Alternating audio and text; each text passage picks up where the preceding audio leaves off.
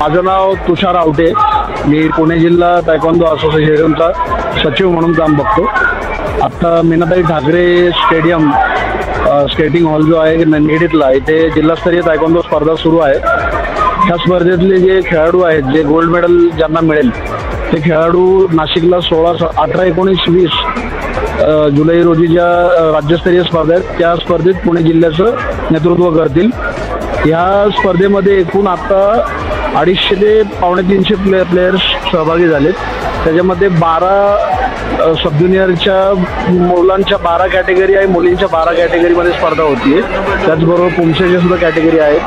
तेही हा पूर्ण संघ पुण्याचा जवळजवळ 50 जणांचा संघ नाशिकच्या स्पर्धेमध्ये पुण्याचं नेतृत्व करेल. आमची जी संघटना आहे त्याला तायक्वांदो असोसिएशन ऑफ महाराष्ट्र यांची मान्यता आहे. त्यानंतर taekwondo association Maharashtra, India taekwondo जी आमची वरिष्ठ तायक्वांदो राष्ट्रीय तायक्वांदो संघटना आहे त्याची मान्यता आहे. आणि त्या इंडिया तायक्वांदोला जागतिक तायक्वांदो महासंघ आहे त्याची मान्यता आहे. त्याच्या अंदर ह्या स्पर्धा होत आहेत. आत्ता ज्या ह्या इंडिया तायक्वांदोच्या अंडर ज्या स्पर्धा होतात त्या स्पर्धा म्हणजे ऑलिम्पिकचा मार्ग आहे. दुसऱ्या भारतामध्ये कुठल्याही संघटनेला कुठली मान्यता नसून ज्यांना कोणाला ऑलिम्पिकमध्ये जायचे, भारताचं नेतृत्व करायचे, तर त्यांनी इंडिया तायक्वांदोच्या माध्यमातूनच करावं अशी मी सगळ्यांना आवाहन करतो. याचबरोबर आज ज्या स्पर्धा होतात किंवा भारतामध्ये आज जे काही आज तायक्वांदोमध्ये प्रगती होती ते आमचे मार्गदर्शक, आमचे गुरु, आमचे माननीय नामदेवजी शिरगावकर आहेत, जे इंडिया तायक्वांदोचे अध्यक्ष आहेत. त्यांनी पदभार स्वीकारल्यानंतर जागतिक तायक्वांदोमध्ये भारताच्या मान ताठ झालेली आहे. भारताचे जे संघ जात आहेत इंटरनॅशनल लेवलला खेळायला, त्या प्रत्येक स्पर्धेमध्ये भारताला खूप चांगले रिझल्ट मिळत आहेत. ह्याचं केवळ श्रेय आमचे इंडिया तायक्वांदोचे अध्यक्ष माननीय नामदेवजी शिरगावकर आहेत. त्यांचं नेतृत्व, त्यांची दूरदृष्टी आणि खेळाडूंना तो जे काही ते जे पाठबळ देतात वेळोवेळी, त्यामुळं भारताचा आज तायक्वांदो जे आहे ते आज खूप सुसाट वेगानं चाललेलं आहे. पुढच्या आता जे पुढचं ऑलिम्पिक आहे त्यामध्ये नक्कीच भारत पहिल्यांदा, आतापर्यंत भारताचा ऑलिम्पिकला टीम क्वालिफाय झालेली नाही आहे, पण नामदेव शिरगावकर सरांच्या नेतृत्वाखाली नक्कीच पुढच्या ऑलिम्पिकमध्ये भारताची टीम असेल याची आम्हाला खात्री आहे.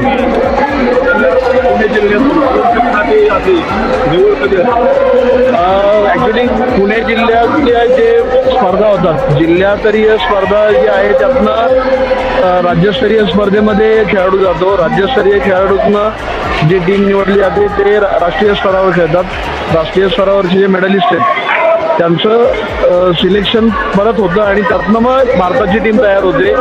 ती जागतिक स्पर्धांमध्ये भारताचं प्रतिनिधित्व करते. पण हे सगळं होत असताना रँकिंगच्या पण स्पर्धा असतात. तर त्यातनं रँकिंगच्या स्पर्धामधनं त्या ज्या क्वालिफिकेशन होतं, आपण एशियामध्ये पडतो, एशियन क्वालिफिकेशन जे आहे, एशियन क्वालिफिकेशन जो कोणी खेळाडू इंडिया तायक्वांदोने पाठवला असेल त्या खेळाडूचं सिलेक्शन त्यावेळेला होतं. पुणे जिल्ह्याचा एक खेळाडू आहे आनंद धोंडे म्हणून, तो आता पॅराऑलिम्पिकच्या टेस्टला जाईल आता लवकरच. आत्ताच तो एशियन तायक्वांदोसाठी तो निवडला गेला आहे. पुढच्या महिन्यातच एशियन पॅरा एशियन चॅम्पियनशिप आहे त्याच्यामध्ये तो सिलेक्ट झाला आहे.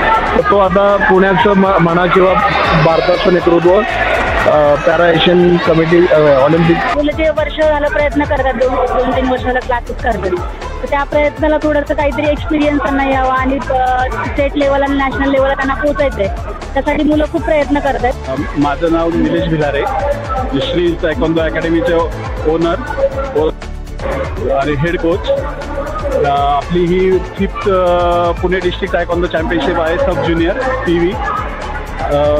आणि त्याच्यामध्ये शहरामधले साधारण 15 अकॅडमींच्या पार्टिसिपेट केलेलं आहे. सब ज्युनियर छोटे मुलं आणि PV म्हणजे 8 वर्षाच्या आतले ते पण मुलं आहेत.